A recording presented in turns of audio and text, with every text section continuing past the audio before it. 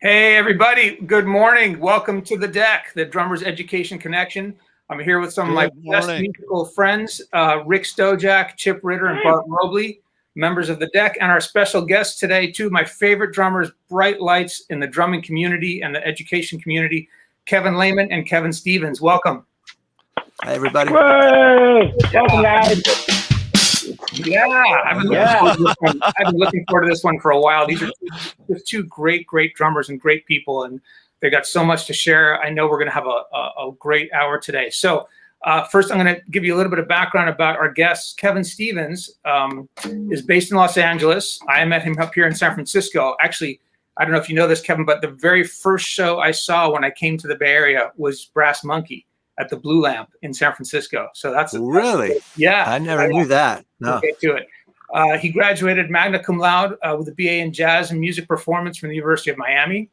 Some heavyweights over there. He's performed with Duane Eddy, Steve Jones from the Sex Pistols, Latin pop star Beto Cuevas. I think I got that right.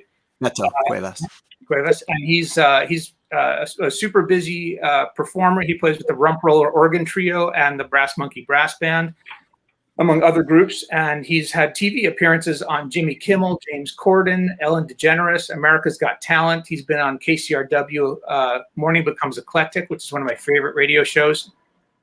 The Jerry Lewis Telethon, I'll ask you about that. The Glastonbury Festival on the BBC. Kevin endorses Sabian cymbals, Vic Firth sticks, and Remo heads.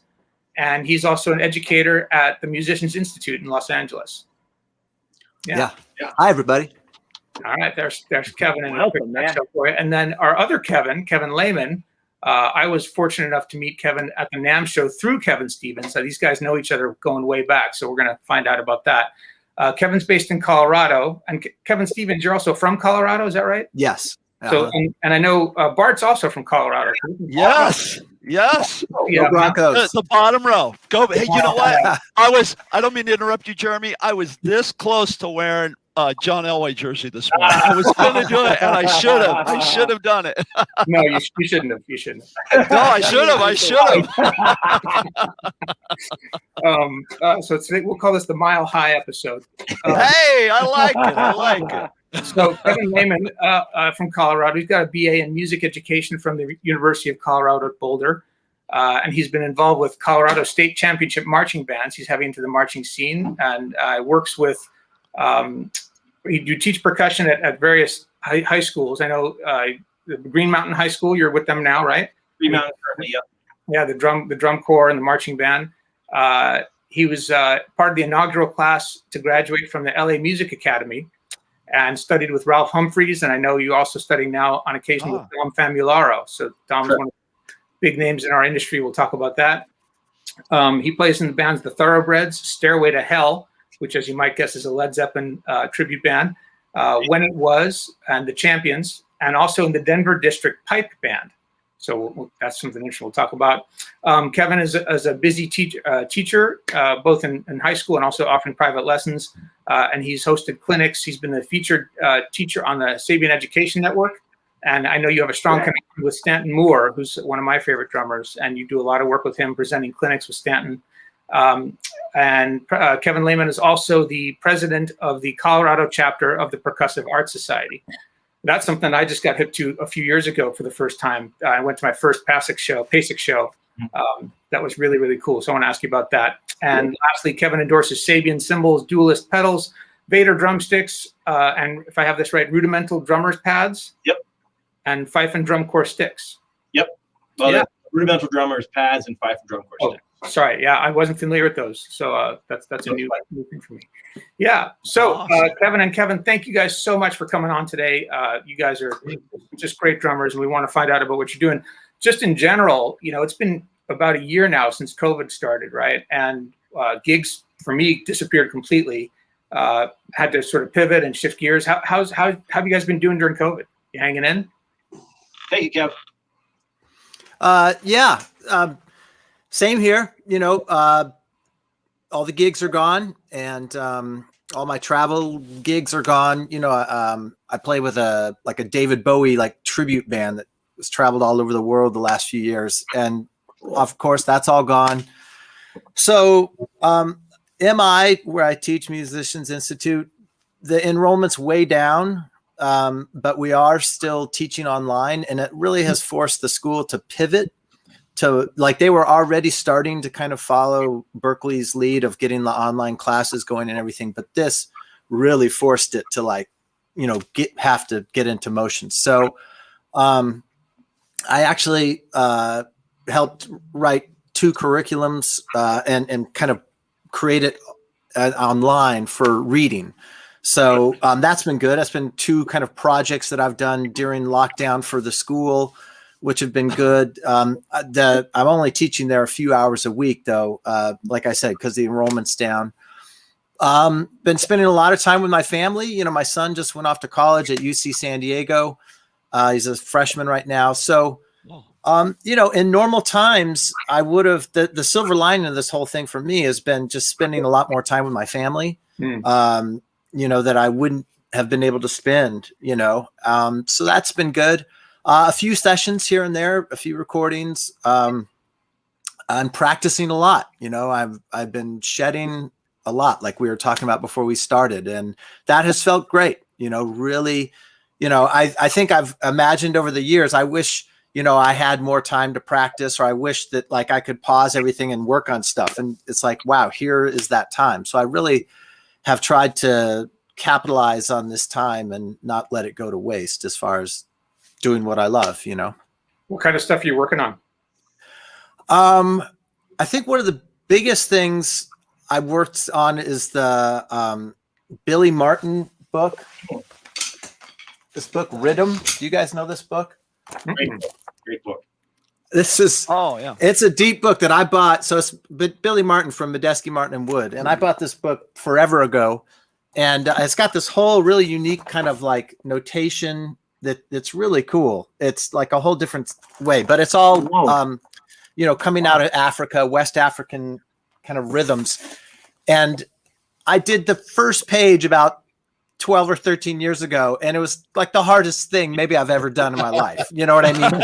Harder than, you know, the other thing I got back out is the New Breed. You know, that's another hard book. But man, this thing is at a whole different level. So I really kind of got back into it.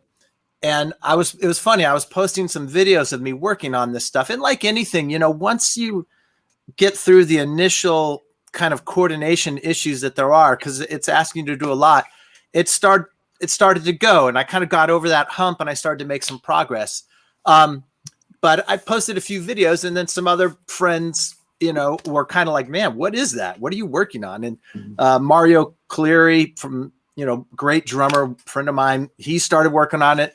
Then Dave Elich started seeing us both working on this thing. He started working on it. And then Dave like plowed through the whole book. Like he just was like, you know, well, you hate and that. I'm still like halfway through the book, but we were sending each other videos for a few weeks there. About every day or every other day, we had a 3, you know, person chat, just like, what page you on? God, this is killing me. You know what I mean? Just like, oh, I'm dying here. So that's been the main thing. And just, you know, technique, Wilcoxon, master studies, you know, some things, again, I dabbled in, but just didn't go deep. So, you know, it's been good. I love what you said there about that you and your pals were sending each other videos of yourselves playing the exercises every week. To me, that speaks to that camaraderie we feel in the drumming community, where we're not competing with each other. We're trying to help each other and lift each other up and sharing ideas. And like, you know, I'm going to go get that book now because you just shared it now. And absolutely. Like, that looks fascinating to me. Yeah. Absolutely. And I love that. I mean, I know that we all do. And I love that camaraderie. I love checking in with other friends and, you know, asking people, what are you working on? Like, show me, you know what I mean? Sometimes like there's a new drummer that, you know, I don't hear a lot of great players in this building a lot of times over being here for 12 years, but you know, in the last 6 months, there was somebody on the other side of this wall that really sounded good. Like they had some stuff going on.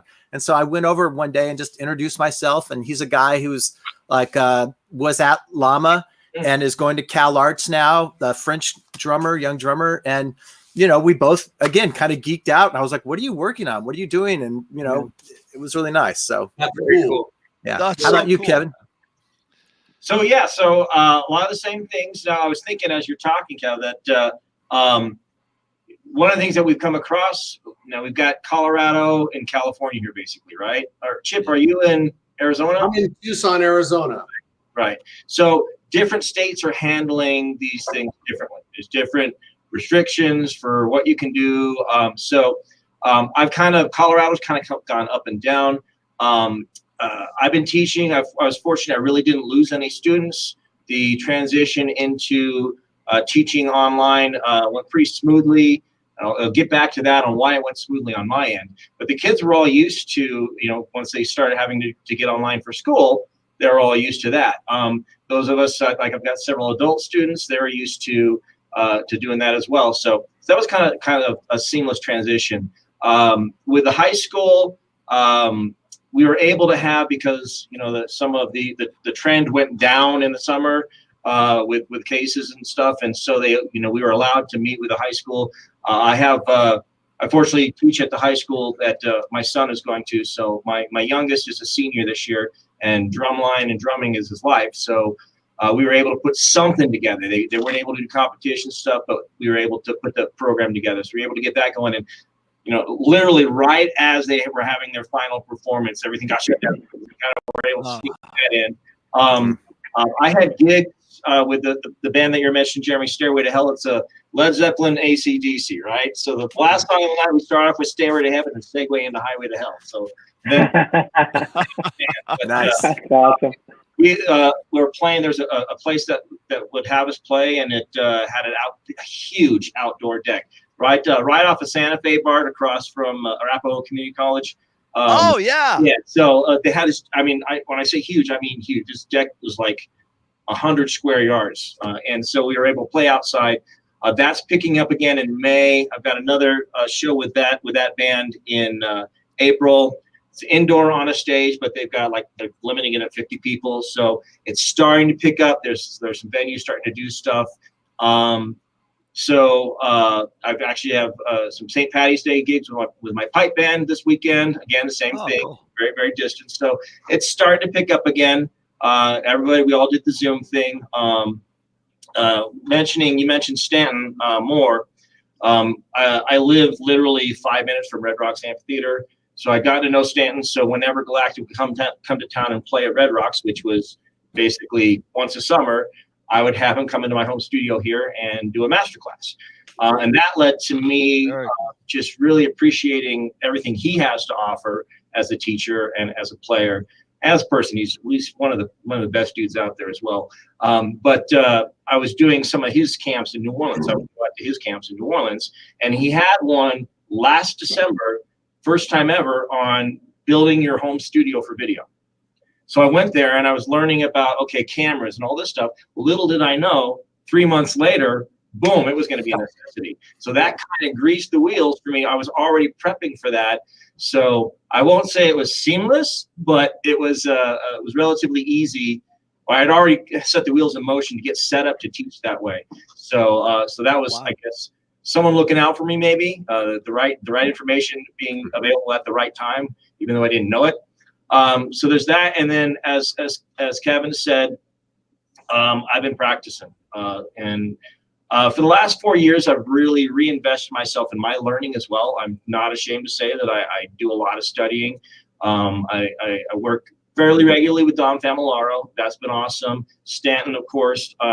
Dom got me hooked up with David Garibaldi, which has been just, to be able to say that I've taken some lessons with David Garibaldi is kind of a dream come true. And that's been another whole nother realm of not messing with my mind in a bad way, but kind of making me rethink how I'm thinking things, which is How great. so? Well, yeah, that's what I was going to ask. How well, so? I can't really say some of the language. First of all, David is probably one of the nicest people on the planet. I think he's worried that he's going to offend me when he's critical of some of the stuff I'm doing. I'm like, no, that's why I'm coming to you. But basically, he says things like, if it sounds good to you, it is. Yeah. Forget the rules. Throw Yeah. the rules out. And so and I know this has come up on a bunch of the Sabian stuff because several people have been doing this with him, but he'll say, all right, I want you to come up with 10 grooves and teach them to me. Next lesson, teach them to me. And so that's tough in itself. all these drummers that I'm influenced by, I want to study and learn what they do. Well, that's great, but that's not me. So really his big thing is find your voice. You have a lot to offer. What is your voice, and how are you going to find it? So you take your influences, but maybe use that to kickstart you, but then take it and go your direction with it. So Nice. Nice. Yeah, it's sometimes That's hard. cool. I'm like, what's the right thing to do? He's like, forget the right thing to do. Do your thing. Figure out what your thing is. So. Duke Ellington said, if it sounds good and it feels good, it is good. It is good. Yeah. There it is. I always come back to that. Bart, you had a That's question? in your book, isn't it? Yeah. Actually, I got a question for Kevin Lehman. Kevin, you're the president of the Percussive Art Society for Denver, right? For Colorado. Yep. For Colorado. What does that job entail? And how did you get involved with that? I'm fascinated by that. How did you become that guy, and what's your gig with that? So it's a responsibility. It's not a job. It's not anything I get paid for. Right. Basically, it's the roles are actually changing right now. PAS is going through several changes on how they want to do things. The big thing that everybody thinks about is PASIC, the Percussive Art Society International Convention, which they hold once a year in Indianapolis. Now, they weren't able to have it obviously this past year, but the good news is that we are going to be on for in person in November this year, so that's awesome. It's basically it's similar to a NAMM show with a lot more instructional classes going on. So they do have some of the gear there, but there's so many people come, but there's a lot more educational opportunities for teachers to learn trends in the industry. So my responsibility, is the way I see it, is I call it kissing babies. I basically try to promote anything I can having to do with percussion performance and education in the state of Colorado. Whether it's bringing people in for clinics, whether it's hosting competitions. Now, I jumped on, obviously, it's been a year and a half now, almost 2 years now, but COVID has really changed things. When COVID hit, we weren't able to get together in person. We weren't able to schedule events. I had a couple of different events that were on the docket that we had to scrap. But one of the things I'm doing right now, I mentioned my son is a senior, and for me, it's kind of heartbreaking. The senior class, most of them, they lost their opportunity to have marching band season. They lost their opportunity to have. They're still doing some winter percussion stuff. A lot of them don't even have band class where they get to have concerts with their symphony bands, whatever. So I put together, and I'm just in the beginning stages of that. I'm putting together, I'm calling it the Colorado Percussive Art Society tribute to the 2021 class, percussion class, something like that. And I picked a 1.5 minute piece. It's actually an old classical piece called Armenian Dances. I got an arrangement from Roll Off Percussion, and I'm sending it out to all the instructors who want to participate, and their seniors they're going to give their senior part. They're going to record them playing that, and then I'm going to edit it all together. We're going to have a little 1.5 minute performance of them playing as one giant kind of honor group, if you want. So that's one thing that I'm trying to do to provide for them. So something cool that they can do, and then the goal is to get it done before May when graduation is. So that's it's gonna be a lot of work, but I think it's worth it. I want to do something to give back to the community and give to those kids. So that is fantastic, man. That is so cool. That is hats off to you, Kevin. That's great. That's great. Hey, you guys are both teaching and students and accomplished players that have been around the world, doing all kinds of great stuff on your bio. But I have a generic question for both of you, since some of these people watching are new to you. What got you started teaching drums? Kevin Stevens first. What got you started teaching in the beginning?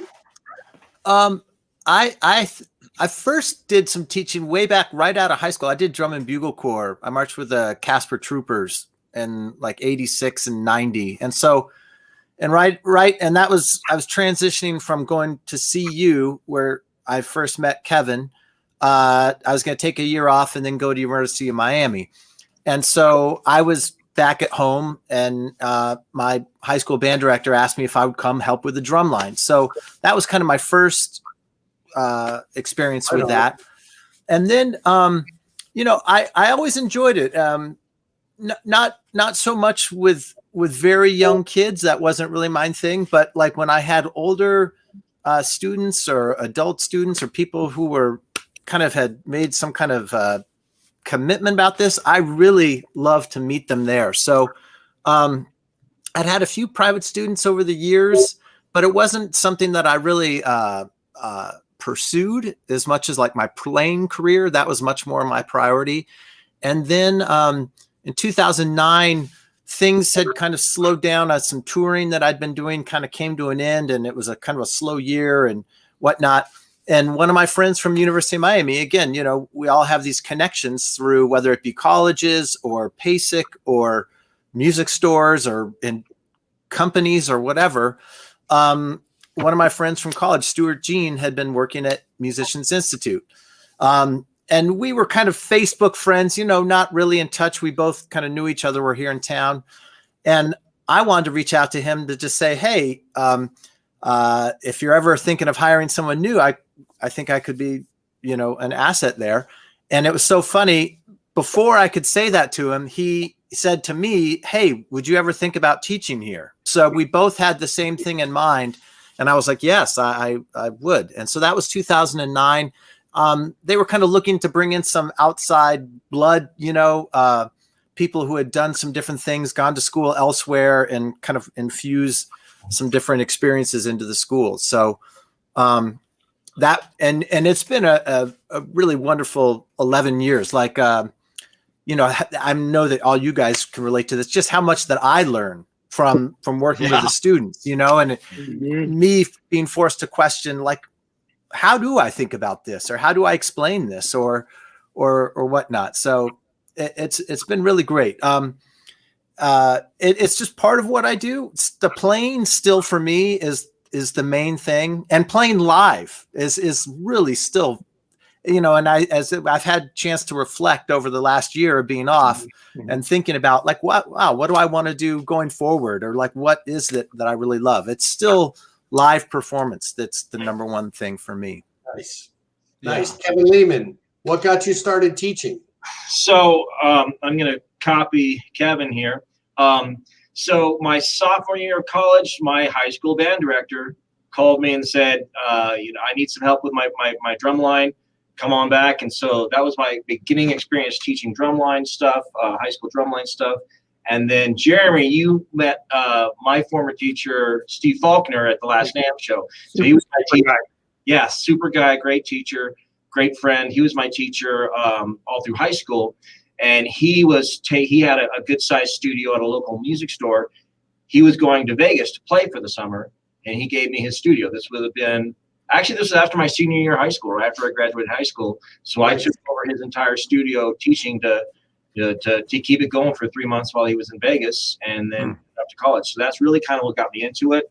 Love it. I think all of us that love teaching also are perpetual students. So it's fun to grab that information and to go, we get excited about it, and then we get excited about passing that on. So, so ever since then, I've always been teaching in some way, shape, or form, whether it's teaching, you know, a high school a group, or teaching privately, teaching in the classroom. I actually, when I was in Southern California for 5 years, I ended up actually subbing in the classroom as well. So on a different level, teaching some music classes, but teaching for that. So it's always, I guess, something I've had a knack for and a passion for. So, right on. Very Thank you.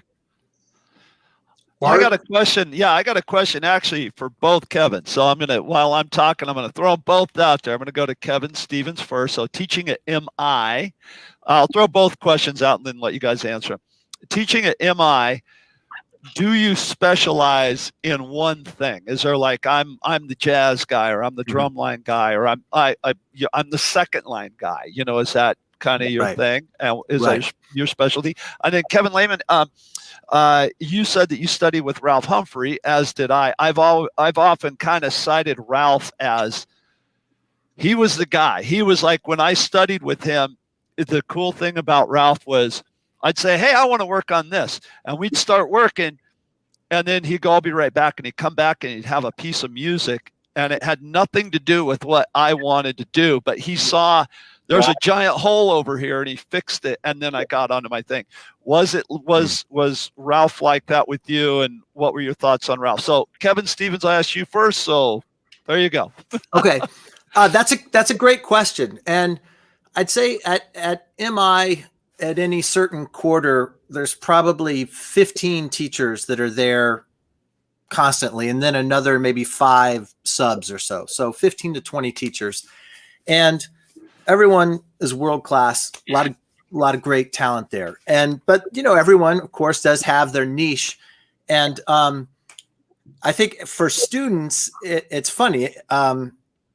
You kind of come in and you just get kind of assigned to a teacher, and you're in your general classes. And over the course of while they're there, they kind of gravitate towards certain teachers depending on their interest, or, even it could be a teacher that maybe like their performing style isn't even really what this student is into, but there's just a connection, right? There's like, a great teacher student connection. So yeah, definitely at MI, there are guys that are more like jazz guys. There's rock, kind of metal guys that specialize in double bass, maybe more hip hop, R&B and programming and whatnot. So there's definitely a lot of us. And as far as me, I teach, I've taught a lot of different classes there. What I still teach lately is like performing classes. So that's just with performing with a rhythm section. So that's kind of all styles, starting with like, Back in Black, basic rock, all the way up to like, jazz and fusion and kind of prog stuff. So I teach that kind of stuff. I teach reading, which I really love. I love beginning reading, and I've written that curriculum. So a lot of kids are kind of exposed to me, but then my baby, like if you say maybe what am I known for, it would be like the New Orleans thing. Cause I wrote, I was exposing my private students to this New Orleans stuff early on. And no, that wasn't a thing that was at MI at all. Like, there's Latin classes, there's all this other stuff, but there's no New Orleans. And, my students kept being like, man, why don't you, like, there should be a class for this. This is cool.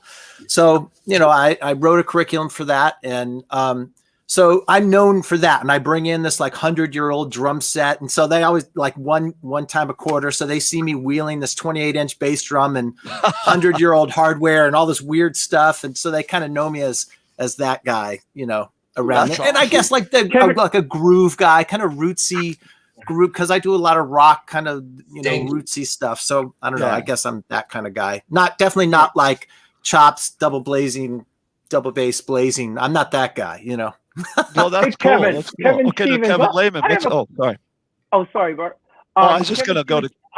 Go ahead, Bart. I was just going to let Kevin Lehman answer his question that I asked him. I'm sorry. Oh, sorry, Rick. No problem. Don't forget your question, Rick. I won't. So for me, it was 1996, and I'd been out of college for about 3 years. I teached in a couple different lines, playing in a couple different bands, minor touring, the scenic world of, New Mexico, Wyoming, Colorado. But I wanted to take it to the next level. I wanted to do more studying. And a friend of mine, a great drummer, had studied out at MI. And I was like, okay, I want to go there. I want to study with, actually going way back, my first Percussive Art Society convention, my first PACE convention was 91, and it was in Anaheim at the convention center. And and I'm like, there's Terry Bozzio, Dave Weckl, Ed Shaughnessy, David Garibaldi, and I'm seeing all these drummers, Joey Heredia, all these great drummers and all these great clinics, Tom Breckline, and then all of a sudden, Ralph Humphrey gets up there. And I'm watching him, and he's just such an amazing teacher. I'm like, I want to study with that guy. So that planted the seed that I wanted to study with him. And so I was getting ready to go out to MI. Well, that was when we found out that he and Joe were leaving MI. And I was like, oh, man, well, I've already committed. I want to do this, so I'm still going to do it. Right? There's going to be great teachers there. I'm still going to learn a lot. I want to do it. And literally the week I was going to send my deposit out, I opened up Modern Drummer, and there's this page ad for Los Angeles Music Academy, head of the percussion faculty, Ralph Humphrey and Joe Porcaro. I'm like, boom, dialing them, and I get it. And Cool. I know I would have had an amazing experience at MI, but my heart was set on studying with Ralph and Joe, and it was a great, perfect experience for me. And so for 4 years after that, until I moved back to to Colorado, and I have a little story I'll add on to that goes with that, is I study private with Ralph a couple times a week, or a couple weeks a month, maybe every 2 to 3 weeks I study with him. And I just like to call him my guru, because that's really what you're doing. Like you said, you'll go in there and you'll have an idea of, okay, whether it's his Even in the Odds book, or he's actually the one that introduced me to Jeremy. I know you just made the patches, the Wilcoxon book, right? So I didn't get into the Wilcoxon book through drum and bugle corps stuff or marching band stuff. I got into it through Ralph. And whatever it was working with him there, it was concepts. And he would write up stuff on fax paper. You all remember fax paper? Yeah. Yeah. I had to transfer those over because they were deteriorating. So I've transferred them. But you would, yep, there you go. There's the patch. There they are. Patch is nice. Yep. So Nice. anyway, yeah, it was just definitely, you weren't learning exercises as much as you were learning concepts. When people say, hey, Right. What did you learn from Ralph Humphrey? I'm like, how much time you got? Yeah, there you go. Oh, yeah. I remember I would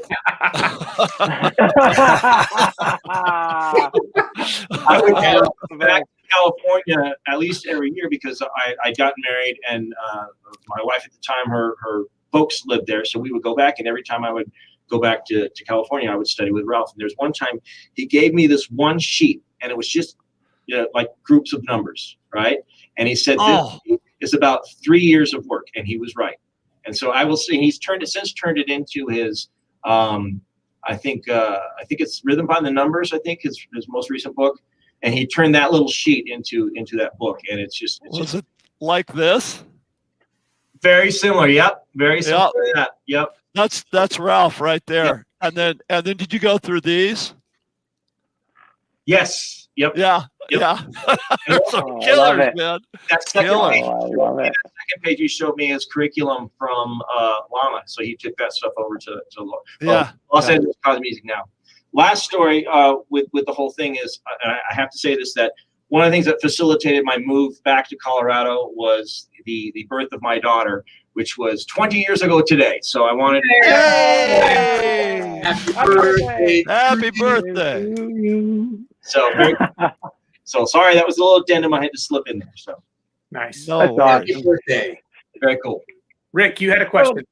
Yeah, so Kevin Stevens, I think that MI might be a good barometer about how the up and coming drummers are doing. Certainly younger drummers today have way more resources than we do, with all the online lessons and all the Instagram videos that they can watch. It wasn't like that for all of us in our age group. I mean, we had to go in and dig in and really get it and find really dig into those resources, which I think fueled our passion. So I think it kind of comes easy to these younger players. So, but they have everything at their fingertips. So are you seeing, more quality drummers coming up because of all these resources, or what are your thoughts on that?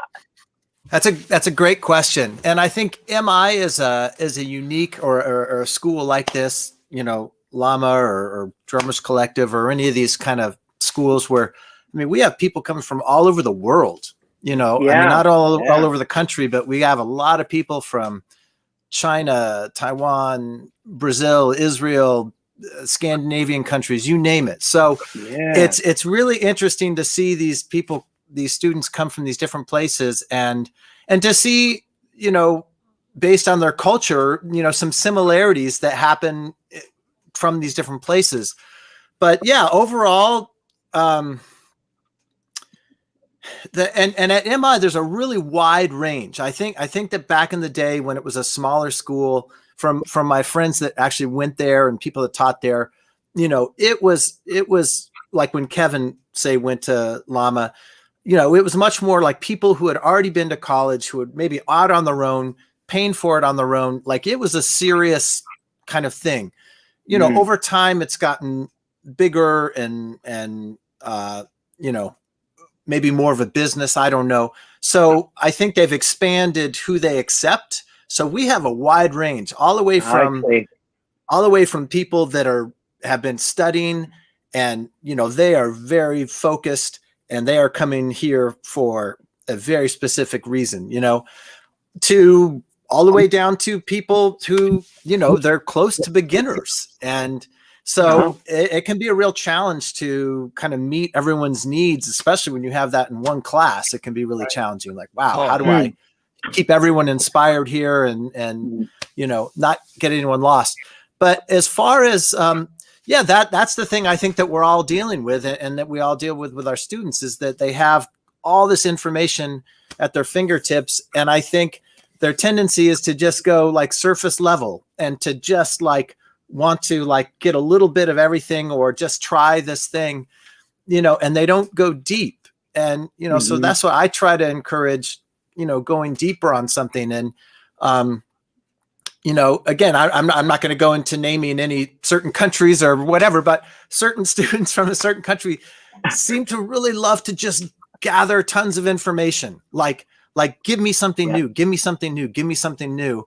And, it's just like, but what I gave you last week, you can't do. Like, you can barely do it. Yeah. Like, and I have like literally just kind of been like cut off, after I would give them something new. I was like, man, I don't think I'm serving the student right now. So I literally had to be like, I'm not giving you something new to work on. And he was a little like taken back. And I said, you don't have this yet. And so I think it's been a thing to just get these guys to try to go deeper. And like I heard you guys talking with Northrop last week, that thing of, man, when we used to buy a record or a CD, man, that would cost 10 or 20 bucks or whatever.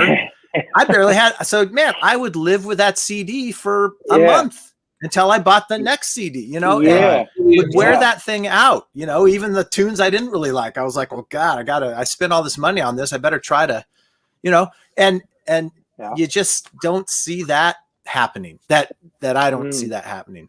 Yeah. Does that help answer your question? With it's really, really interesting. There's all of these resources just kind of make it easy, and I just encourage all of our drummers out there to just really, really dig deep. And So it's really going to be a big payoff to do that. For sure. Yeah. I'm really glad you guys brought this topic up. It's a perfect segue into the question that I had, but it also brings up just the larger topic of sort of a culture around drumming today, and about drum teaching and drum learning. And I agree with you both that students tend to, they're always wanting the next thing. They're like, this is cool, but what about this next thing? And there's so much content. And I think that sort of fosters that kind of attitude of like, wide and narrow, wide and shallow instead of narrow and deep, right? Right. And unfortunately, like you say, it does them a disservice, because you get a lot of drummers who can sort of dabble or, do a bunch of things, sort of somewhat well, but not really, really specializing. And I just had this, it made me think about your class, Kevin. So when COVID first started, or soon after, Kevin Stevens, had advertised that he was going to be offering his class that he taught at MI online on Zoom, open to the general public. And this is a class about the history of New Orleans drumming. And I was like, oh, are you kidding? This is like a topic very close and near and dear to my heart. So I signed up for it and took Kevin's class for 10 weeks. And it was amazing. It was a pay what you want. 10 days straight. It was, oh, I'm sorry. I think I did. I took a 10-week course, and I was just like, I'm just going to plow through it in 10 days. Yeah. Right. It felt like 10 weeks. Because I wanted time to go like research and practice and listen to the recordings, and I just took serious notes so that I could do that later. Still haven't gotten around to it, but it's on my to-do list. But it was a deep dive into the history and the evolution of New Orleans drumming. And really, of course, that really means rock and roll and jazz drumming, right? Because that's where this all came from. And it was you had pictures, you had interviews, you had transcriptions, and it was essentially a college level course on the history of New Orleans drumming. And it was a deep dive, and I loved it. I thought it was fantastic. I think everybody should go to MI and sign up for Kevin's history of New Orleans drumming class. Thank you. That's a really different class than any other class at MI as well, because it's more like a history class, and there's a lot of YouTube, a lot of listening. and me perform. And it's not a lot of the students perform. I just don't have time. It's a 50-minute class, and there's so much, I'm trying to get through like 200 years in, 10 hours. So there's, I tell the students, hey, this information here, the records, the transcriptions, all this stuff is here, but they don't ever have to like perform anything for me in those classes. It's much more like a lecture kind of history class. So, but I have gotten a lot of feedback from some students. For certain students, it's like that was my favorite class there because it was this totally different thing. Easy to understand that. Yeah, I mean, that's cool. It's a class that I wish had been around when I was first learning how to play New Orleans R&B and second line. So I know that Kevin Lehman, you also have a deep connection to that music as well, being a big fan of Stanton Moore, and you've gone down and participated in his Spirit of New Orleans drumming workshops down there, right? So I'm curious for you guys. I'm from New York City, and I moved to California with a stop in Michigan for school. Kevin, you guys are from Colorado. Kevin, you're in LA now. How'd you guys get connected to New Orleans roots music and New Orleans drumming? Good question. Well, yeah, Kevin, why don't you go? Okay, cool. Growing up in Colorado, I knew nothing of New Orleans. I was fortunate to go to a school with really good music programs. I played in the jazz band. I, to this day, tell all my students that you need to listen because I will admit that I played jazz like a rock drummer playing jazz. I didn't listen. I didn't know any of the dynamics, any of the touch, any of that. I played the right pattern, but didn't play the music.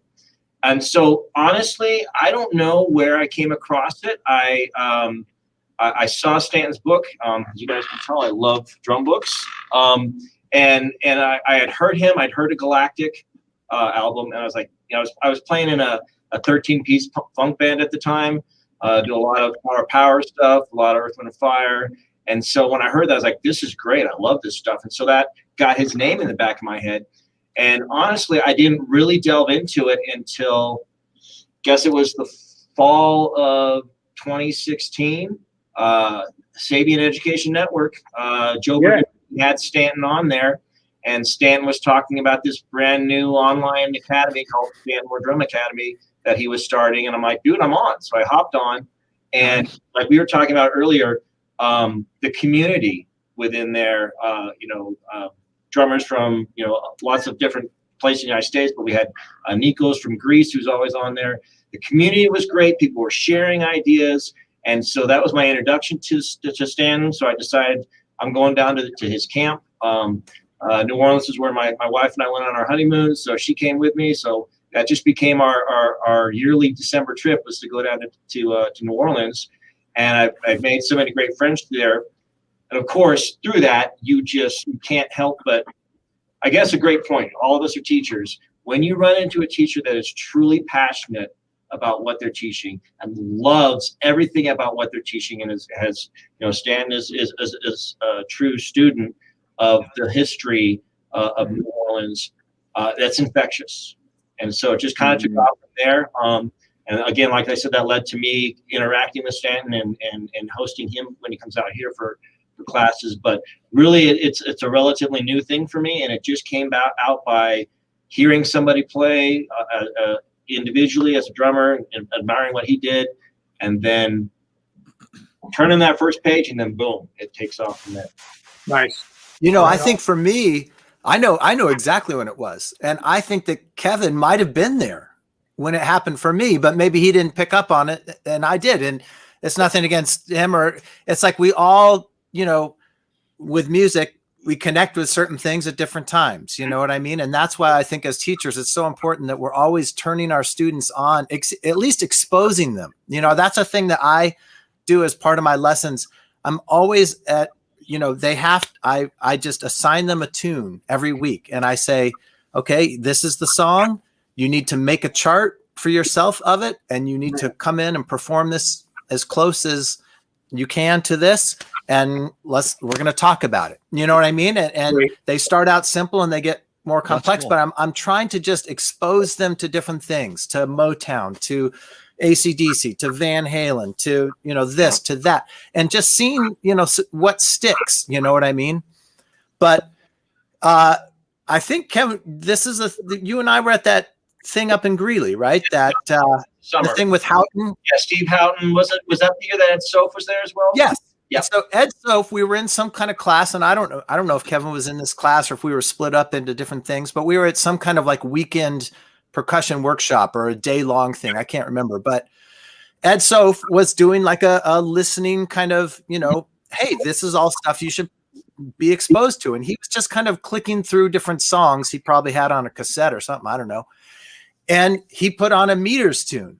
And it was just like lightning struck me. Like I was just like, that is the funkiest stuff I've ever heard. It just went so deep in me. And I was into Chicory Electric Band at the time, and I was into Tower of Power, and that would have been stuff that I thought was James Brown. I was just getting into James Brown, and I thought all that was funk, but like this was on a whole different level. So that's literally, it was like lightning struck me, and it was funny. Then when it would come, it just kind of kept coming up. Like I saw, Branford Marsalis play and Jeff Tain Watts, and they did a second line tune in that show, and I was just like, wow, what is that? And then I got exposed to Dirty Dozen Brass Band, and again, it just there's something deep connection that it turns me on, Yep. And that's that spark that we want to try to feed our students, and that this is another thing that I see happen to MI is that these students come in and they are hit with so much stuff coming at them, right? They are taking classes, all day, every day, being given all this stuff to work on, reading, tunes they've got to learn, technique stuff, coordination stuff, learning logic, like, I don't know, whatever, all this stuff, but especially like all just the drumming stuff coming at them. I see sometimes students getting demoralized, you know what I mean? Because they are just getting hit so hard with all of the stuff that is very challenging to them. And maybe some of it, they don't even really know, they don't really want to learn it or whatever, or they don't really understand why at first. And so I see, sometimes, man, it can hit students pretty hard at first. And I always remind them, man, you've got to have part of your practice hour. So say you have an hour you're practicing and you're working on your different classes. The last 10 minutes of your hour should be like dessert. Put on the music that you love, put on shit that you just love to jam with.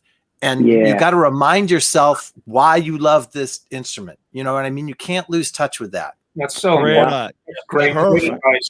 Perfect. They call it playing the drums after all, right? Yeah, exactly. Yeah. Mark, you had a question? Yeah, actually, for both Kevin and Stephen, you said something about, a deeper dive. And I love that term. And let's say you had a young student that comes in, you brought up AC/DC. We all know that Back in Black is one of the greatest rock albums ever recorded. Everybody loves Back in Black. And you have somebody that is into that kind of music, but you want them to dive deeper. Where do you go from there? What do you do? Okay, well, listen to Miles Davis kind of blue. Listen, what do you do? Where do you jump in deeper? But to both of you guys. So Kevin Stevens, you first. So they're already into AC/DC? Yeah. Okay. So I think where it starts is they're maybe, again, they're into, they can play the parts, right? Yeah. They can play the tune, but then you start to go deeper with like, the feel and the sound, like, well, how does it, is that really like how it sounds when he plays it? Is he playing the snare in that same way, or is he doing a rim shot or not? Or, you know what I mean? Or like, is the hi-hat way too loud? Like, listen, are you really doing it that way? You know what I mean? Watching some video. Let's watch them live. Let's watch Phil Rudd. What does it look like when he plays? I remember, this great drummer here in town. Oh God, I can't remember him. But he was talking about something where he was side stage watching Phil Rudd, and he said Phil Rudd's feet were going like this the whole time, like he was marching. It was like 1, 2, 3, 4, What he said the Really? whole concert, like, and so if you can imagine that while you're like playing AC/DC, that this is kind of happening underneath, is probably going to help that feel. So, watching videos, listening to the evolution of a band. Like, let's listen to some early stuff. Let's listen to some later stuff. Did they change much? Like, trying to find some common language that he has. Like, if we're getting into Phil Rudd and we're getting into AC/DC, what are some common things that he does? Is there a certain Pat Boone, Debbie Boone that he always does, or whatever, and then going, like, maybe we can find an interview where we find out what Phil Rudd was into and check that band out. Or, if you're into AC/DC, you might let's check out some, Van Halen or some other similar band and kind of compare and contrast, that kind of stuff. Nice. Perfect. That was one of the best answers I've ever heard. I love That was it. Yeah, Yeah, that was right an on. awesome answer. Okay, Kevin Lehman, Yeah. now you got to answer it. You're in the hot seat. That answer? Come on now. Come on, man. Follow that. Follow that. Everything that Kevin said was exactly what I was going to say. So there you go. I mean, 100% right. I mean, the how you sound. I think so many times we're so concerned with what we play. We really need to think about how we play. I mean, you could get back the whole Suzuki method of playing violin. Make a good sound first. And it's hard to do because sometimes these kids are coming to you, or even adults are coming to you, and they're already in a band and like, I'm not doing this. My guitar player is going to kick me out of the band if I can't learn how to play the song right. And so there's that need right away to be able to play the right part, or at least be able to keep up. And so we don't always focus on how we're sounding, and that's such a huge thing. I mean, to as you said, the backbeat, making that backbeat. Going back to what we were talking about earlier with with my lessons with David Garibaldi, is we're working like crazy on my ghost notes and understanding what is the role of a ghost note as a transparent note. It's not just a quiet note, it's a transparent note, and the quality of that sound is different than just playing a really, really light tap. So your bass drum technique, how are you playing? Are you playing into the head? Are you playing out of the head? A lot of times that's, I think, the next step. 100% what Kevin is saying is, okay, now we're playing the right part.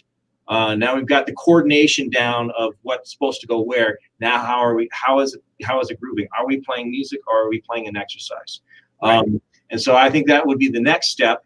I think playing along, obviously, with songs is cool. Thinking about the energy. I mean, you've got to bring energy. You got to bring the right kind of energy. Yes. I always say that, with the exception of maybe Charlie Watts, how a drummer looks while they play is how they sound. Charlie looks like he's having tea, but he's got this great groove going on. Right. Yeah.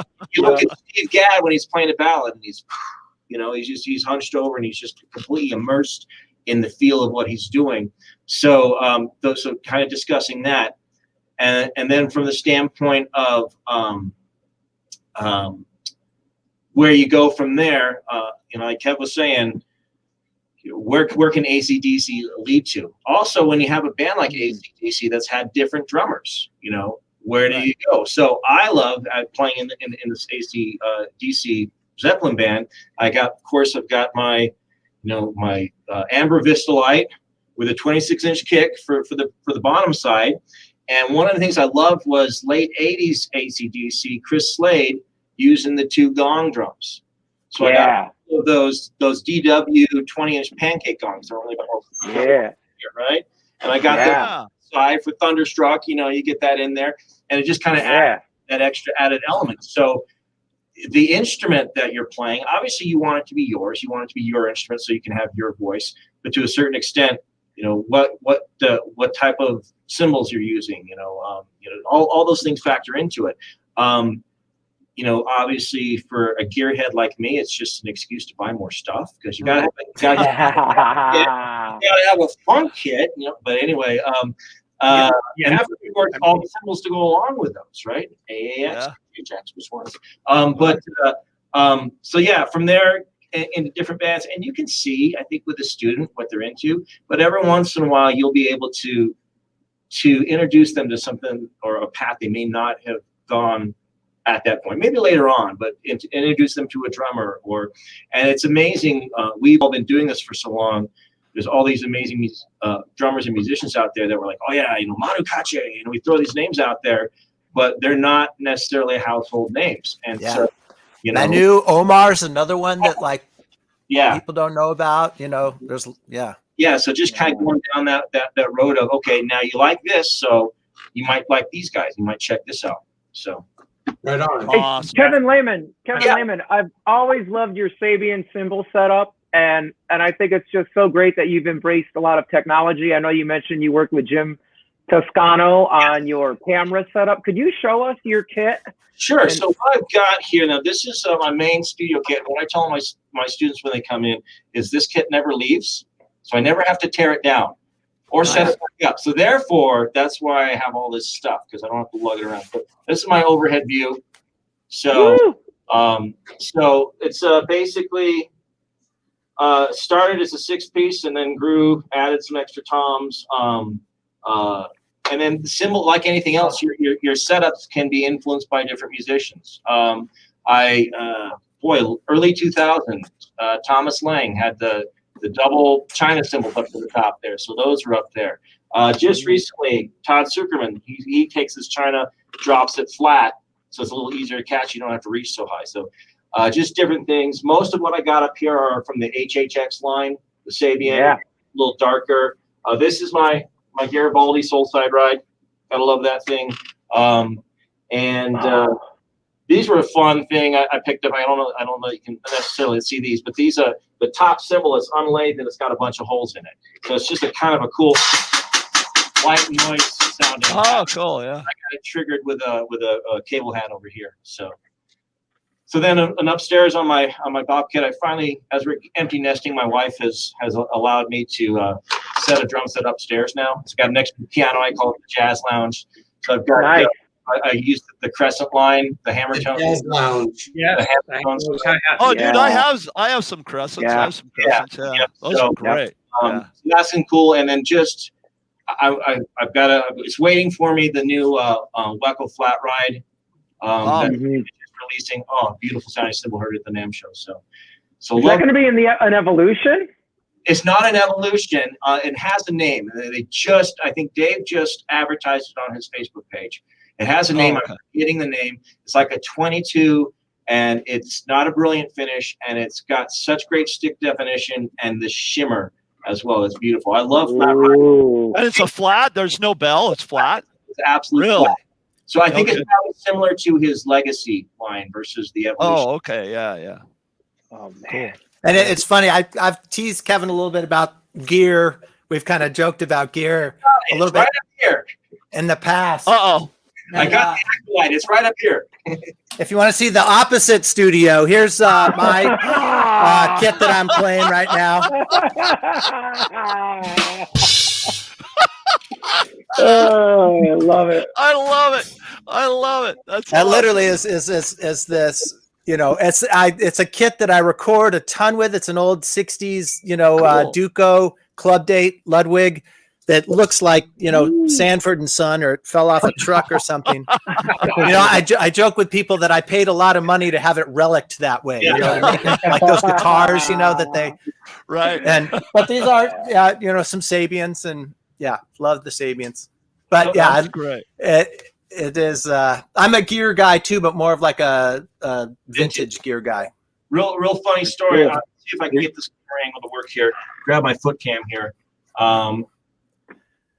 And kind of show you guys here if it wants to work. Oh, I unplugged it. It's not going to work. All right. 1 second. I have a snare shelf of a bunch of different snare drums, and I was pretty proud of it. And I posted. There we go. Let's see if I can go to 3 now. So you kind of get an angle here. It's still not wanting to work. Oh well. All right. Anyway, so that happens. I got a decent collection of snares here. Kind of see, get around there. That's not working. So there's the look at that. Oh, Holy. So I'm proud of yeah. And what's your address? Yeah, now you're speaking my language. Now you're speaking my language. I'm living. And you're still happily married?